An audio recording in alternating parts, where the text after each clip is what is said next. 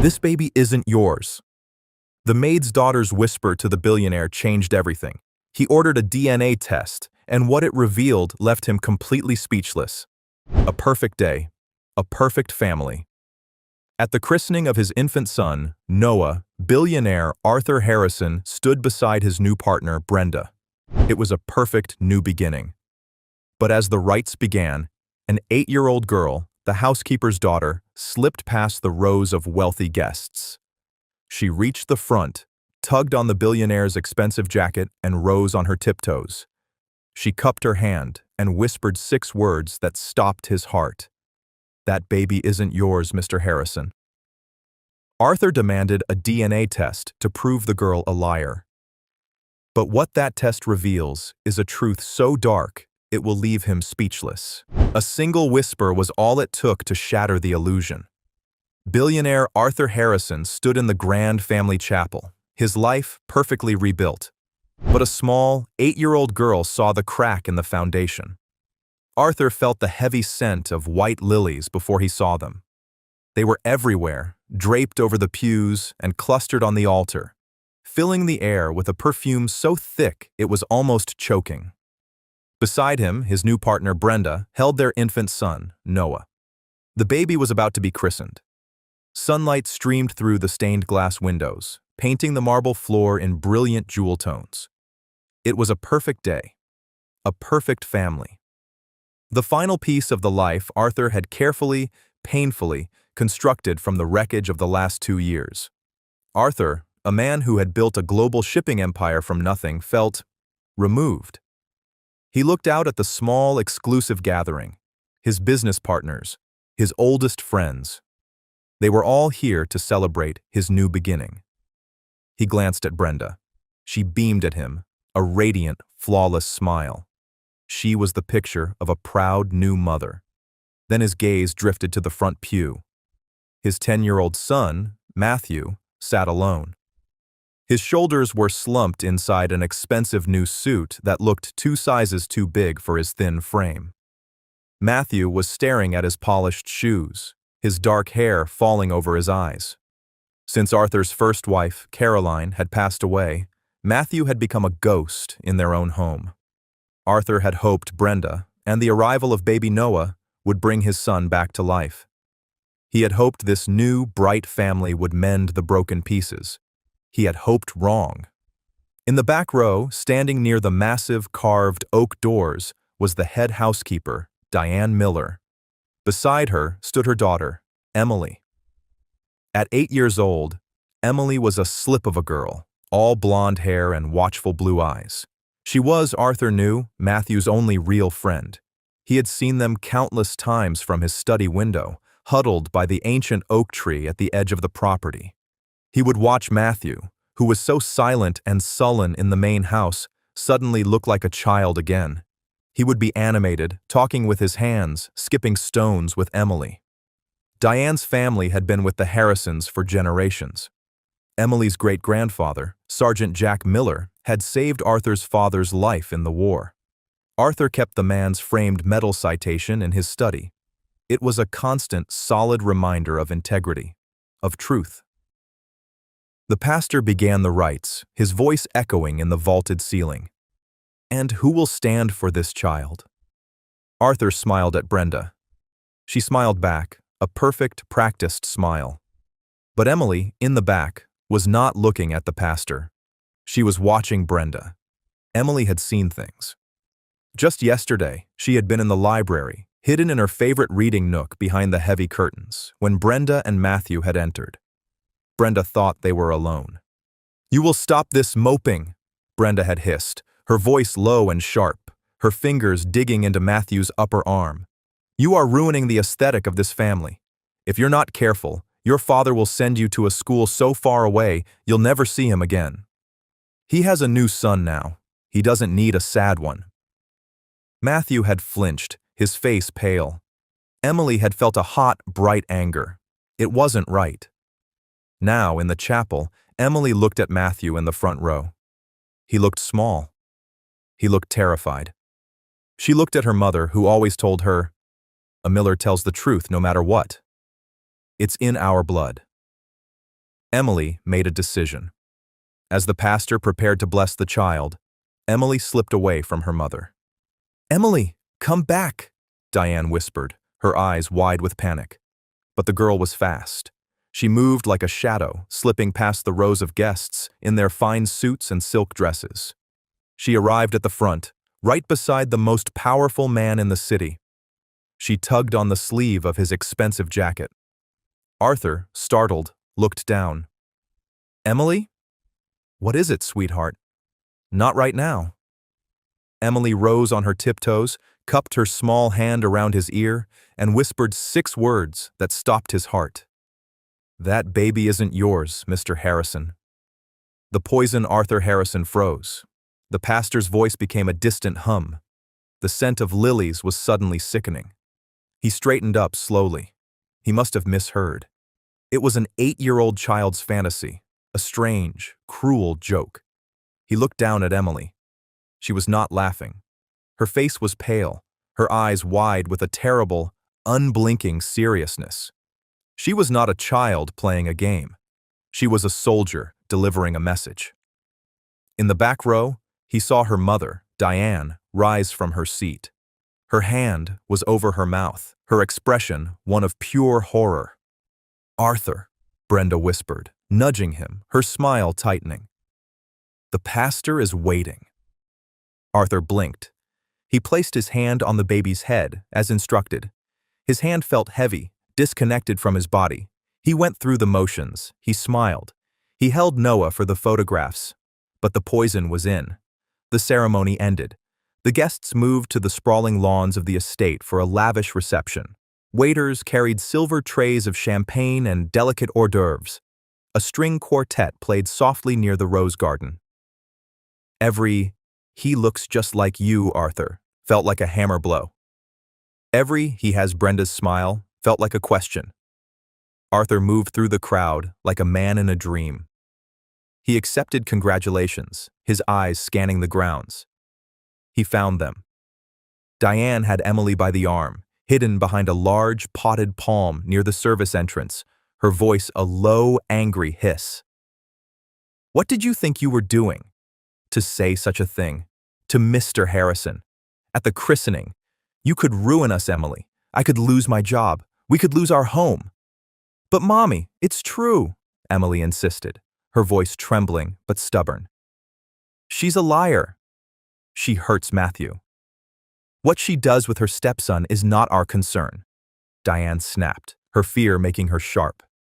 "You will go to our rooms, and you will not come out. And you will never repeat that wicked story again. Do you understand me?" "No." Arthur stepped out from behind a marble pillar. "I'd like to understand, Diane." Diane spun around, her face draining of all color. "Mr. Harrison!" "Sir, I cannot apologize enough. For Emily, she has a wild imagination. She reads too many stories." "Does she?" Arthur looked at Emily. He knelt, so he was at her eye level. His movements felt slow, deliberate. "You said she hurts Matthew?" Emily nodded, her fear vanishing, replaced by conviction. She grabbed his arm. "Yesterday, in the library. She said she would send him away. She said he was ruining the aesthetic." Arthur's blood ran cold. Aesthetic. It was Brenda's favorite word. And the baby?" Arthur asked, his voice barely a whisper. "I heard her," Emily said, her voice growing stronger. "I was in the garden, under the library window. Matthew and me, we hide there sometimes. Ms. Brenda came in. She was on the phone. She was angry, Emily's brow furrowed as if remembering. She said, 'He'll never know, Paul. He's so blinded by me. He'd believe anything.' She said, 'He's so desperate for a family, he won't even question it.' The timing was perfect. Arthur thinks this baby is his." And then she laughed. She said, "He'll raise another man's son and pay for everything. We'll have it all." "Paul?" Arthur asked. The name meant nothing to him. "Yes," Emily said. "Paul." "Arthur." Brenda's voice, sharp and bright, cut through the air. "There you are. Your partner, Mr. Henderson, is leaving. She glided onto the terrace, her champagne flute held perfectly. Her smile was frozen in place. She saw Diane. She saw the pale, determined face of Emily. Her smile faltered, becoming a thin line. "What is this?" Brenda asked, her tone shifting. "Diane, are you bothering Mr. Harrison?"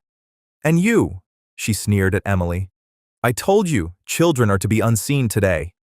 "Brenda," Arthur said, his voice flat, dead. "Who is Paul?" Brenda laughed, a high, nervous sound. "Paul? What, like the name?" "I don't know, darling. A dozen Pauls." "Why? What did you say to Matthew yesterday?" "In the library?" Brenda's eyes flickered. "Matthew? I told him to be ready on time. He is so difficult, Arthur. You know that. He's grieving." She said the word grieving as if it were a disease. "She's lying," Emily said, her voice clear as a bell. Brenda's beautiful face twisted into a mask of pure hatred. She took a step toward the child. You little vermin, you little servant girl, how dare you?" "Get away from her," Arthur commanded. Brenda stopped. She had never heard that tone from him. It was not the voice of the kind, grieving widower she had so carefully managed. It was the voice of the man who built an empire. "You," she spat at Emily. "You're going to believe her? A servant? Over me? The mother of your child?" "Is he?" Arthur asked. "Is he my child?" "Yes. Yes, of course he is. How dare you ask me that, after all I've done to give you this family?" "Good," Arthur said. He pulled out his phone. "Then you won't mind a DNA test." The word hung in the air, silencing the string quartet. A test?" she stammered. You're joking." "No, a test, just a simple swab, to clear the air, to prove this little girl is a liar and that I am being absurd." Brenda stared at him. The cornered animal. She looked from Arthur to Diane to the stone-faced little girl who had ruined everything. "I am not," she whispered, her voice venomous, "going to be humiliated by staff. This party is over. You have embarrassed me, Arthur. You have embarrassed yourself." She turned and stormed back into the house. Arthur stood for a moment. He looked at Diane, who was now weeping silently into her hands. "Mr. Harrison, we'll pack. We'll be gone tonight." "You will do no such thing," Arthur said. He knelt in front of Emily. He placed his large hands on her small shoulders. "You were very brave," he said. "Your great-grandfather would be proud of you. Now, I need you to stay with your mother. Lock your door. Do not speak to anyone but me. Do you understand?" "Yes, sir," Emily said. Arthur turned. He found his oldest friend and lawyer, David Vance, by the champagne fountain. "David," Arthur said. "Arthur, rough day at the office?" David replied, his eyes kind but shrewd. He had been Caroline's friend, too. He was not a fan of Brenda. "The party is over. Tell them Noah has a sudden fever. Tell them Brenda is exhausted. I don't care. Get everyone out. Now." David, seeing the look in Arthur's eyes, didn't argue. He nodded. "It's done." Within 20 minutes, the music stopped. The guests were gone. The house was silent. Arthur walked into the grand hall. The polished marble floor echoed his footsteps. The scent of lilies was overpowering. He found Matthew sitting on the bottom step of the main staircase, still in his heavy suit. "Matthew," Arthur said. Matthew looked up. His eyes were red. "Is it true, Dad? What Emily said? What did she tell you?" "She told me she was going to tell you," Matthew said. "About the baby, and about Paul." Arthur's blood ran cold. "You knew about Paul?" I saw them," Matthew whispered, new tears welling. "In the driveway. Last month. When you were in Chicago for that meeting. He had a shiny red sports car. He was yelling at her. He said, 'You're getting greedy, Brenda.' Stick to the plan. And she yelled back, "The plan doesn't work unless he's fully on board." Arthur's knees felt weak. She saw me watching from the window," Matthew continued, his voice cracking. "She came to my room. She told me. She told me if I ever said anything, she would make you send me away. And you'd believe her, because she gave you a baby. And all I gave you was sadness." Arthur sank to his knees on the cold marble. He pulled his son into an embrace so tight it was almost painful. He buried his face in Matthew's hair. "I am so sorry, Matthew," Arthur choked out. "I am so sorry. I failed you. I didn't see. I didn't protect you." "It's okay, Dad," Matthew cried, clinging to him. "Emily, she said she'd fix it. She said she's a Miller, and Millers aren't afraid of monsters." Arthur held his son, realizing that an 8-year-old girl and a 10-year-old boy had more courage and integrity than he had shown in a year. He had been so desperate to fill the hole Caroline left, he had invited a monster into their home. "I'm calling the doctor, Matthew," Arthur said, his voice now steel. "And we are going to fix it. Tonight." Arthur sat with Matthew on the cold marble stairs, the grand hall dark except for a single lamp in the entryway. The house felt impossibly large, a hollow, echoing museum.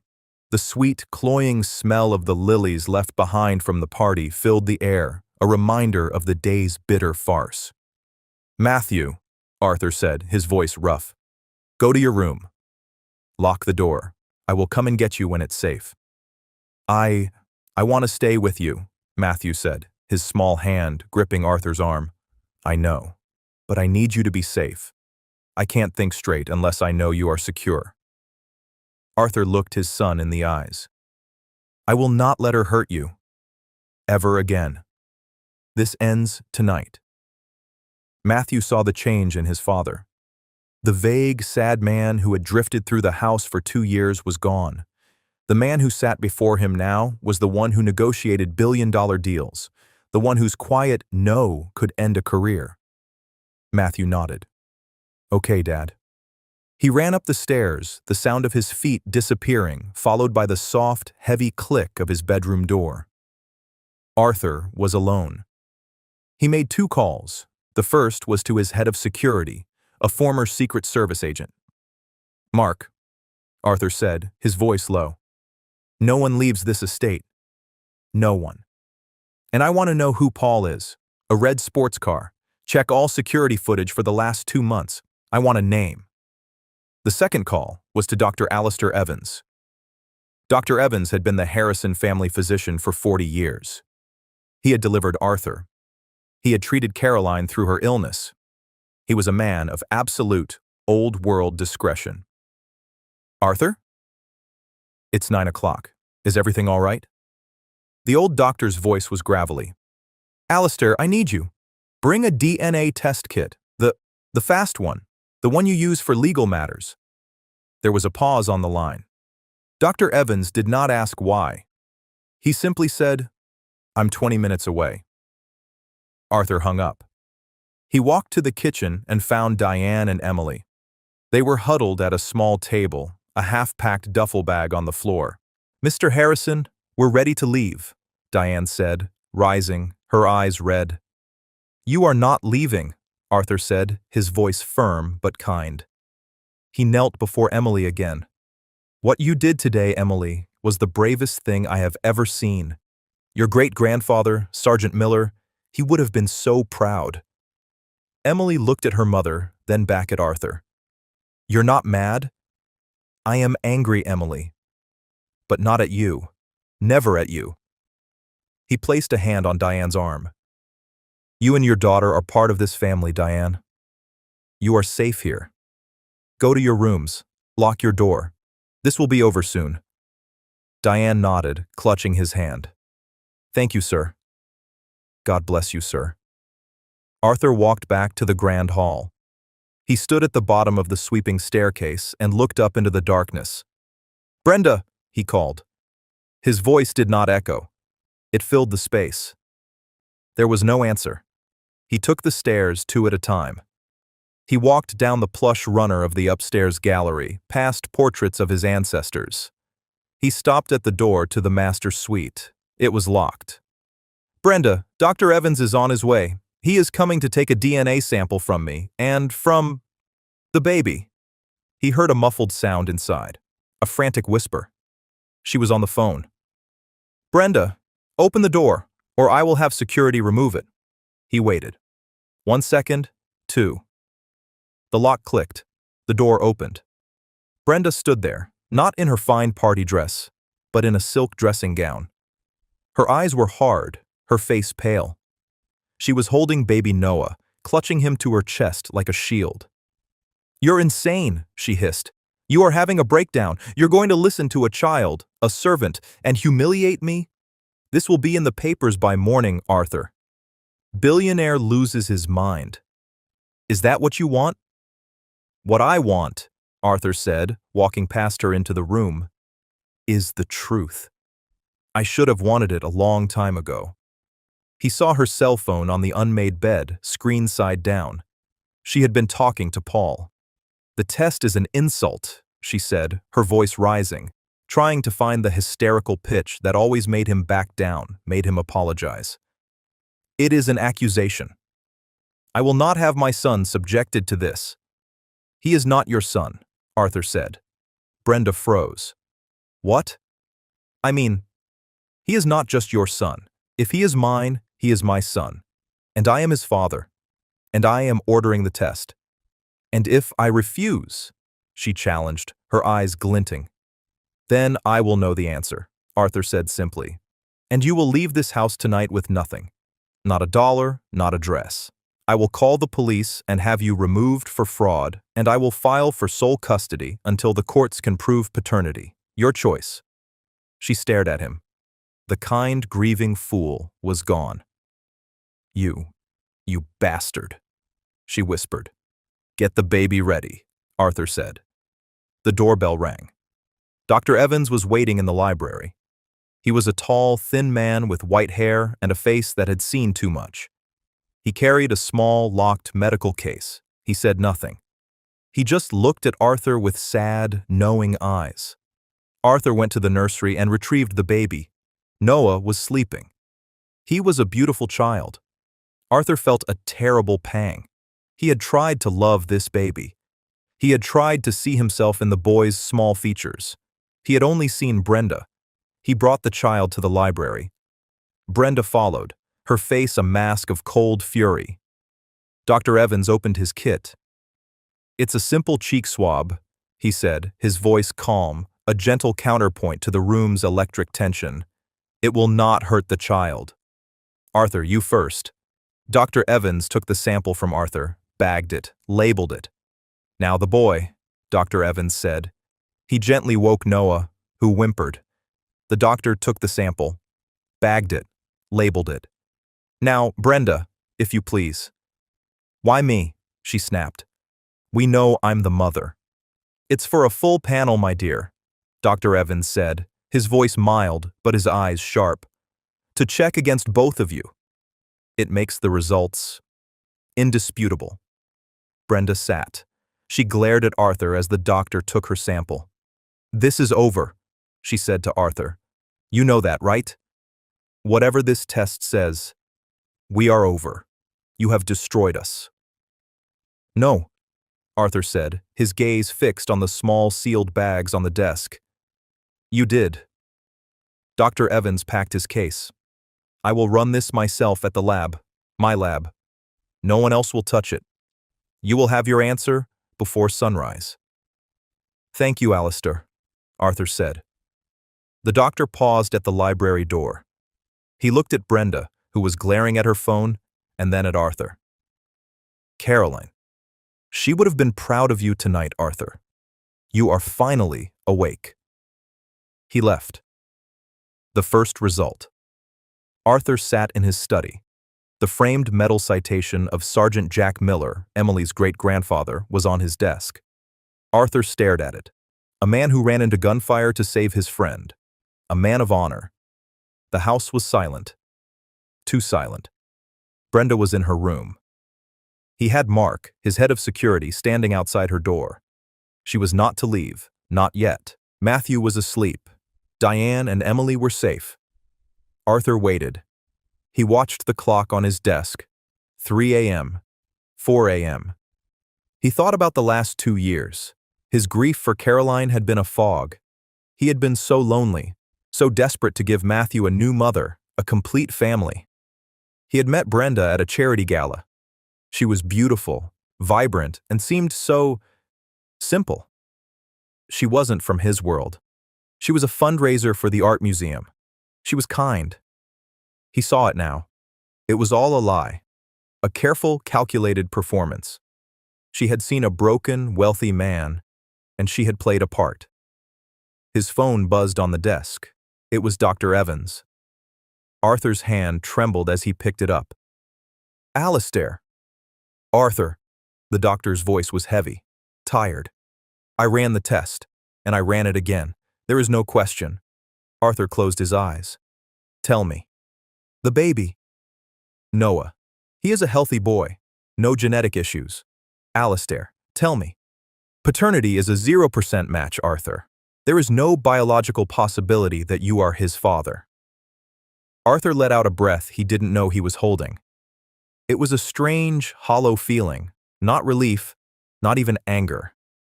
Just a cold, hard confirmation. Emily was right. Thank you, Alistair, Arthur said. There is something else, Dr. Evans said, his voice hesitant. Something very strange. What? The test against Brenda, the one I insisted on. What about it? Arthur asked, opening his eyes. Arthur, she isn't his mother, either. Arthur gripped the edge of his mahogany desk. The solid wood felt like sand.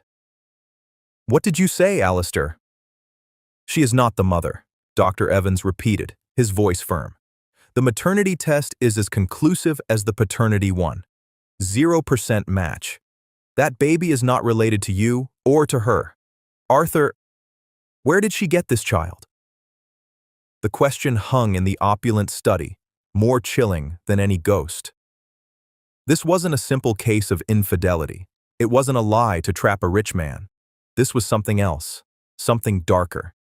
Arthur's mind raced, replaying the last 10 months.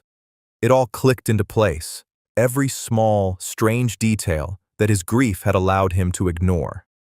The miraculous pregnancy. She had announced it on the first anniversary of Caroline's death. He had been a wreck, unshaven, drinking too much, overcome with grief. She had come to him, held him in his dark study, and told him, "This is a sign, Arthur. A sign that we are meant to heal. A new life. Our new life." He had clung to that hope, to her, and had asked no questions. He had been desperate for the news to be true. Then, the immediate, careful isolation. "I don't want to stress you, darling," she had said, her hand on his arm, her voice full of false sympathy. "You have so much to deal with, running the empire, handling Matthew's grief. It's all so fragile. Let me take care of this. Let me handle all the appointments. I'll tell you everything. Just let me protect our little miracle from all this stress." He had let her. He had been grateful for it. He remembered the few times he had offered to go to an ultrasound. "No, darling," she'd demurred quickly. "It's just a routine checkup. So boring. You stay and finish your work. I'll bring you a new picture. Or, I'm going with a girlfriend. We'll make a girl's day of it. You'd be so bored." She had shown him blurry ultrasound photos. He realized now they could have been anyone's. They were probably screenshots from the internet. She had a private midwife, she'd claimed. A specialist who did home visits to avoid the press and the hospitals where Arthur was a major donor and his name would be on every chart. It was all so convenient. The miscarriage. She must have lost the baby, Paul's baby, months ago. But she had already been living in the mansion. She couldn't let the lie go. She must have hidden it. He remembered a period, around her 5th month, where she claimed she had a brief illness and stayed in her rooms for a week. She had been recovering, she'd said. In truth, she must have been hiding the physical evidence of the loss. After that, she wore loose, flowing clothes. She complained of lingering sickness and sensitive skin to avoid him touching her, isolating herself further. And then, the birth. It had been sudden, in the middle of the night. She had called him from her cell phone, her voice a panting, frantic whisper. She claimed she'd felt sharp pains, and her midwife had insisted they meet at a private, discreet birthing center across town. "It's happening too fast, Arthur. I'm already in the car. Just meet me there." By the time he'd navigated the city at 3 a.m., she was in a pristine private room, makeup perfectly touched up. She was holding a calm, quiet, swaddled baby. "He's here," she'd wept. "Our perfect boy." A baby she had bought. The birth certificate. She had presented it to him a week later, all official seals and signatures. It was fake. A prop, just like the child. "Arthur, be careful." Dr. Evans' voice pulled him from his thoughts. This is a criminal matter." "Thank you, Alistair," Arthur said, his voice a hoarse whisper. "Send me the report." "Encrypted. Do not speak of this to anyone." The line clicked. Arthur stared at the phone. He had been prepared for betrayal. He was not prepared for this. He thought of the child. Noah, a baby boy with no name, no parents, used as a pawn in a monstrous game. A cold, hard fury, purer than any emotion he had felt in years, settled over him. His other line buzzed. It was Mark, his head of security. "Speak," Arthur said. "We have him, Mr. Harrison." Mark's voice was all business. "The red sports car was easy. It's registered to a Paul Krendler. He's a disbarred lawyer. Lost his license 2 years ago for fraud and jury tampering. We checked his known associates." "And?" Arthur asked. "His primary associate, sir, is Brenda. They've been working low-level cons for years. Insurance fraud, art forgery. Nothing this big. But there's more. Krendler has been on a federal watch list for the last 6 months." Arthur sat upright. "For what?" "Suspicion of involvement in an illegal adoption ring. They move fast. They target wealthy, desperate individuals. People who can't pass the scrutiny of a legal adoption. Or, in your case, people who think the child is their own." He was waiting for her call, Arthur realized. The call he interrupted. She was going to run. "It seems that way, sir," Mark said.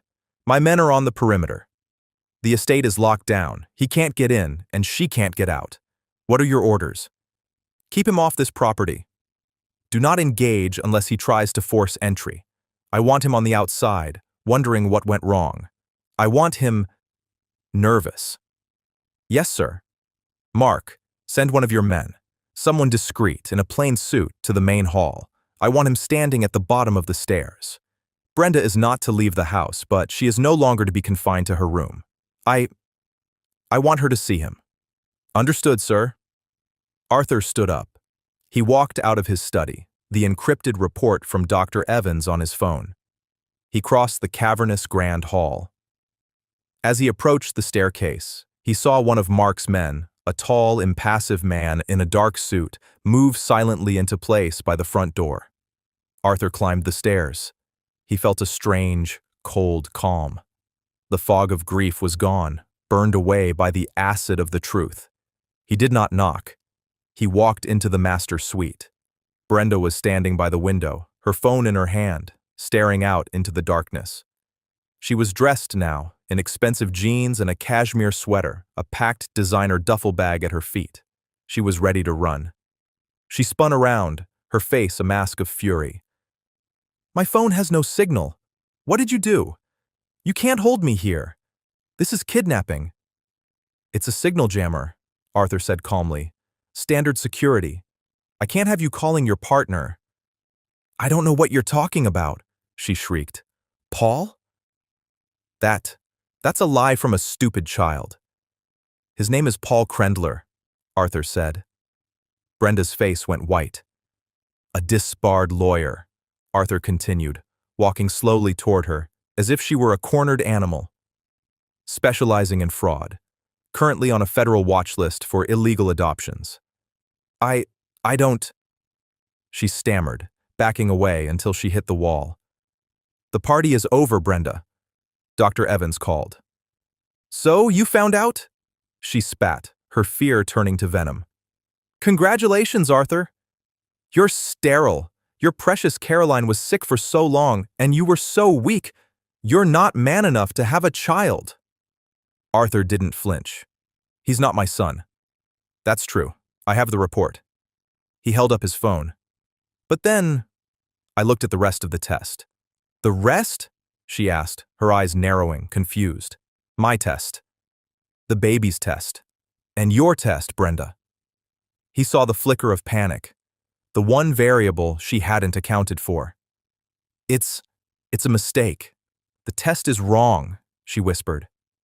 No, Arthur said. It's 100% accurate. He's not my son. And Brenda, he's not your son, either. Brenda's knees buckled. She slid down the wall, landing on the plush carpet.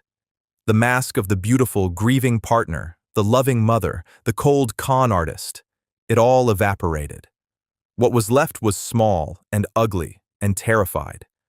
No, she whimpered. No, you're lying. You're lying. Where did you get him? Arthur demanded, his voice like thunder. Who is this baby? Did you buy him? Did you steal him, Brenda? I had to, she finally screamed, rocking back and forth, tearing at her hair. I had to. Tell me, he commanded. I was pregnant, she sobbed, the words tumbling out in a broken, desperate confession. I really was. With Paul. We were going to do it. We were going to pass his child off as yours. It was the perfect plan. You were so broken, so lonely. You'd never question it. She looked up at him, her face wet with tears that were now, finally, real. And then, I lost it. At 6 months. I lost the baby. It was a boy. Arthur said nothing. He just watched her. Paul said it was fine, she choked. He said we could still make it work. He said he knew people. He said he could get us a replacement, a baby that looked enough like me, born at the right time. He said it was just business. We just needed a prop, something to seal the deal, to get me your name, to get us access to the estate, to the accounts. A prop, Arthur repeated. The word was bile in his throat. We paid, she whispered. $20,000. To a clinic. Paul handled it. They gave us the baby. They gave us the fake birth certificate. It was so easy. And the baby, he never cried. He was so quiet. She was fully undone. A woman admitting to a crime so grotesque, it was almost unbelievable. You took a child from its mother, Arthur said, his voice shaking with contained rage. You bought a human being, so you could steal my money. You were going to find out anyway. She suddenly lashed back, trying to find some purchase. When he got older, when he looked nothing like you. This was just a way to get what I deserved. And Matthew? Arthur asked, his voice deadly quiet. Was threatening to send my son away. Was that just business too? He knew, she whimpered. The little brat. He saw Paul. He kept looking at me, like he knew. He was a threat to the plan. I had to control him. Arthur looked at this woman, this hollow thing, and felt nothing but a cold, vast emptiness. Get your bag, he said. What? Are you letting me go? She scrambled to her feet, hope in her eyes. Oh, Arthur, thank you. I'll disappear. You'll never see me again. You're going to walk down the main staircase. You're going to walk out the front door. The man standing there will escort you. Escort me where? She asked, grabbing her duffel bag. To the police car that is waiting for you at the end of the driveway. I have already sent them the DNA report and a copy of Paul Krendler's file. They are very interested in speaking with you about child trafficking. Her face went slack. No? No, Arthur, you can't. Think of your reputation. The scandal. You should have thought of that, Arthur said. You threatened my son. You brought a stolen child into my home. My reputation is the last thing on my mind. You're destroying me, she shrieked. You destroyed yourself, Brenda. You just didn't know it until tonight. He stepped aside. Go. Now. Brenda stared at him, her eyes filled with a hatred so pure it was stunning. She grabbed her bag and ran from the room. Arthur listened to her footsteps on the stairs, a sharp clack, clack, clack on the marble. He heard her gasp. She must have seen Mark's man. He heard the heavy front door open and then close. And then, for the first time in 2 years, the house was clean. The boy in the nursery. Arthur walked, not to his own room, but to the nursery. He had hated this room. It was Brenda's creation, all sterile whites and pale grays. It felt cold, like a catalog. But now, he walked into it, and it was just a room. In the dim light, he looked at the sleeping child. Noah, a name given by a woman who was not his mother. This boy, he was the greatest victim in all of this, a piece of merchandise. Arthur felt a sudden, powerful wave of protectiveness. This child was an orphan, not by fate, but by greed. He gently reached into the crib and picked the baby up. The boy was heavy and warm. He smelled like milk and powder. He stirred, his small fist brushing against Arthur's jaw. He didn't wake. Arthur held the baby and walked to the window, looking out over the dark, sprawling lawns of his estate. The police car at the end of the drive flashed its lights once, then pulled away, taking Brenda with it. He was alone, with his son, and a stolen baby. What was he supposed to do? This child had no one. He heard a small noise at the door. He turned. Matthew was standing there, his door finally unlocked.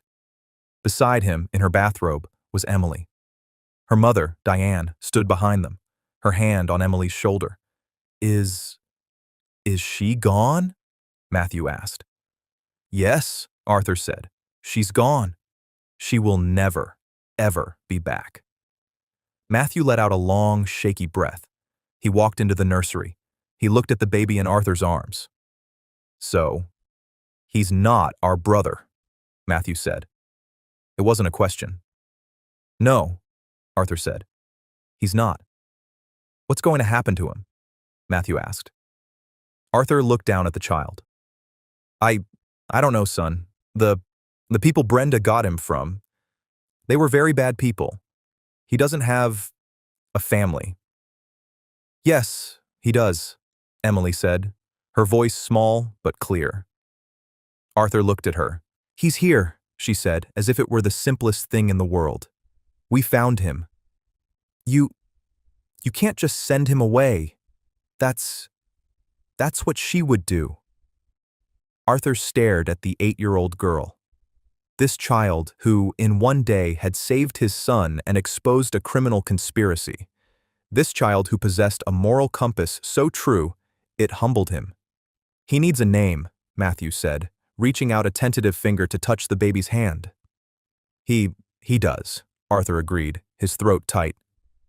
What about Jack? Emily suggested. For my great-grandfather. He was brave. Arthur looked at Diane, who had tears streaming down her face. He looked at Matthew, who was watching the baby with a look of wonder, not resentment. And he looked at the child in his arms, a child who had been bought and sold, and had, by some miracle, landed here, landed with them. Jack, Arthur said, testing the name. Jack Harrison. He felt the baby squeeze his finger. The sun rose. Arthur had not slept. He sat in his study, the door open. For the first time, he did not want to be closed off. He had spent 2 years in a fog, and now that it was lifted, he was terrified of the dark. He heard movement. Diane Miller came down the main staircase, her face pale, but her eyes resolute. She went to the kitchen. Soon, the smell of coffee, real and strong, filled the hall. A few minutes later, Emily appeared, her blonde hair brushed. She was not in her servant's uniform, but in a simple yellow dress. She was carrying a book. She sat on the bottom step of the staircase, in the exact spot Matthew had been the night before, and began to read. Then, Matthew himself came down. He saw Emily and sat beside her. He didn't say anything. He just sat. Arthur watched them. A 10-year-old boy and an 8-year-old girl sitting in the grand hall of a silent mansion. A silent, shared understanding between them. Diane came in. She handed a cup of coffee to Arthur. "Sir." "Thank you, Diane." She then brought a tray with 2 glasses of milk and 2 small plates of toast to the children. "You must eat." Matthew, who had not had a real appetite in 2 years, took the toast and ate it. Arthur felt a crack in his chest. This was a family. Not the one he had tried to build. The one that had been here all along, waiting for him to wake up. He held the warm baby in his arms. Jack. The child was awake, his eyes open, looking at the world with a calm curiosity. Arthur's phone, now reconnected to the network, rang. It was Mark, his head of security. "Sir." Mark's voice was grim. "Krendler's car was found. It was abandoned on a service road 5 miles from the estate. He's gone. He must have had a second vehicle, or someone picked him up." Arthur's new, fragile peace shattered. The man who bought and sold children was still out there. "The police?" Arthur asked. "They're running his financials. With Brenda in custody, her testimony is helpful. She's given up everything to save herself. But Krendler is the ringleader. He's smart, and he's gone deep. Find him, Mark. I don't care what it costs. I want this child to be safe. I want every child he has ever touched to be safe." "We will, sir. But there's another problem." "What is it?" "The baby," Mark said. "Brenda. She has no claim. You have no legal claim, sir. The state, they'll have to take him. He'll be put into the foster system." Arthur looked down at the child in his arms. After all this, after saving him from a monster, he was going to hand him over to a cold, faceless system. "No," Arthur said. "Sir, we don't have a choice. His birth certificate is a forgery. He legally does not exist. He's a ghost." "Then we will find out who he is," Arthur said, a new resolve hardening his voice. "This is not just a prop, Mark. This is a human being. His parents. His mother, she is out there somewhere. She may be looking for him." He hung up. He looked at Diane, who had overheard. Her face was a mask of grief. "What will you do, Mr. Harrison?" "I am going to find his family," Arthur said. "It is the only right thing to do."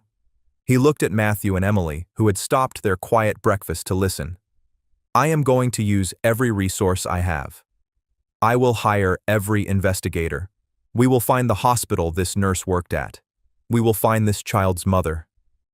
"But what if you find her?" Matthew asked, his voice small. "And she wants him back?" Arthur met his son's gaze. This was the most important lesson he would ever teach him. "Then we will give him back, Matthew," Arthur said, "because he is not ours to keep. He was stolen. And loving someone means wanting what is right for them, not what is right for us." Emily nodded, as if this made perfect sense. "Like Sergeant Miller," she said. Arthur looked at her. "What?" "Mommy told me. He saved your father, but he was hurt. He had to go home. He couldn't stay. He did the right thing, even though it was hard." Arthur stared at the child. He called his lawyer, David Vance. "David," Arthur said, his voice raw, "I have a new client. He's 1 day old. He has no name, and he has no family. I want you to find them. I want you to use my entire fortune if you have to. Find this child's mother." The next 3 days were the longest of Arthur's life. The house, once a tomb, was now a buzzing hive of activity. Federal agents and private investigators moved quietly through the library, which had become their command center. Krendler's face was on the news. The story of Brenda's arrest had been contained. Arthur's influence had kept the press at bay, framing it as a simple matter of fraud. The true dark story of the baby was known only to the people in this house. While the investigators worked, a strange new life took root. Arthur refused to let the baby, Jack, be handled by strangers. He, Diane, and Matthew took turns. Arthur learned to change a diaper. He learned to warm a bottle. He would sit in his study, Jack sleeping on his chest, and for the first time in 2 years, he felt the heavy weight of his grief for Caroline begin to lift. It was not being replaced. It was making room. Matthew was a different boy. The sullen, silent ghost was gone. He was a doting older brother. He would sit by the crib and tell Jack about his video games, about school, about his mother, about how she would have loved him. Emily was his partner. She was the expert, as she had a baby cousin once. She showed Matthew how to hold Jack's head. They were a family, a strange, broken, and beautiful one. On the 4th day, David Vance walked into the study. Arthur was holding Jack, rocking him. "Arthur," David said. He looked exhausted. Did they find him?" Arthur asked. He meant Krendler. "They did," David said. "He was caught at the Canadian border." "It's over. He's talking. He's giving up the whole network to save himself." Arthur let out a breath. Good. Good. The baby, he's safe." "Yes," David said, his voice heavy. "Arthur, sit down. We found her. We found the mother." Arthur's heart stopped. He sat. "Where is she? Is she all right? Does she know? She's why I'm here." Krendler's associate, the nurse. She confessed everything. The mother's name is Lucy Miller. Arthur's blood ran cold. "Miller? Like Diane? Like Emily?" David nodded, his eyes sad. "She's Diane's niece, Arthur. Her estranged older brother's only daughter, the one who ran off to the city a few years ago. She's Emily's first cousin." Arthur looked up, stunned. He remembered Emily's words. "I have a baby cousin once." "My God," Arthur whispered. "Diane? Does she know?" "Not yet," David said. "There's more. Lucy, she's very sick. She had complications after the birth. She's been at the regional hospital ever since. The nurse, the one working for Krendler, she told Lucy the baby was stillborn." Arthur felt physically ill. She thinks her baby is dead." "Yes, and Arthur." David hesitated. "The DNA. Dr. Evans ran the baby's DNA through the national database, just in case, to see if he was a missing person. And he wasn't. But we got a familial match, a very strong one, to a sealed record, a military DNA file." "A military file?" Arthur was lost. David slid a paper across the desk. "The baby's father, Arthur. He was a soldier. He was killed in action 2 months ago. He never knew Lucy was pregnant." Arthur looked at the name. It meant nothing to him. But the match? The soldier, his DNA was on file, and it matched another sample, a sample from a database of veterans. The baby, Jack, his paternal grandfather, is Sergeant Jack Miller. Arthur's world tilted. That's not possible. Sergeant Miller, he was Diane's. "He was Diane's grandfather," David said, finishing the thought. "And he was also this dead soldier's grandfather. Diane's brother. And the soldier's father. They were brothers. It means Lucy and the soldier. They were cousins. No. It's a tragedy, Arthur. Two branches of the same family, broken, lost, finding each other in the dark. Lucy, she's been alone this whole time. She lost her family. She lost the man she loved, and she thought she lost her child. Arthur looked at the baby in his arms. This child was a Miller, through and through, the blood of the man who had saved his own father. He realized what had happened. Emily hadn't just saved a random baby, she had, with some unexplainable primal instinct, saved her own blood, her own family. Go get Diane, Arthur said, his voice thick. And get Matthew. And Emily. Get them all. Now. They stood in the study. Diane and Emily. Matthew. Arthur stood by the fireplace. He was still holding Jack. Diane, Arthur began, his voice shaking. We found Jack's mother. Diane's hand flew to her mouth. Oh, sir, thank God. Is she well? Her name is Lucy Miller. Diane froze. Her eyes widened. No, that cannot be. My brother's Lucy? Our Lucy? Yes, Arthur said gently. She's been at the hospital. She's been very sick, Diane. And she was told this baby, had died. Diane Miller let out a sound. It was not a cry. It was a deep, wounded noise from the center of the earth. She fell to her knees. My girl. They told her, oh God in heaven. Emily rushed to her, wrapping her small arms around her mother's neck. Mommy? What is it? It's your cousin, baby, Diane sobbed, clutching her daughter. It's Lucy. And this baby. He's family, Emily finished, her voice clear. She looked at Arthur. He's ours. I knew it. Matthew looked at his father, his eyes wide, full of a terrible, dawning understanding. We have to give him back, don't we? Arthur looked at his son. He nodded. Yes, son. We do. The drive to the hospital was silent. Arthur drove. Diane sat in the passenger seat, her hands clasped so tightly her knuckles were white. In the back, Matthew sat on one side, Emily on the other. Between them, in a new car seat, was baby Jack, sleeping. They walked through the cold, sterile hallways. A federal agent, a kind-looking woman, met them. She's weak, the agent said, but she's strong. She's ready. Go in. The room was dim. A young woman, pale and thin, with the same blonde hair as Emily, was propped up on pillows. She looked at the door. Her eyes met Diane's. Auntie Di? Lucy whispered. Oh, my girl, Diane wept, rushing to the bed, taking her niece's thin hand. My sweet girl. We didn't know. We've been so worried.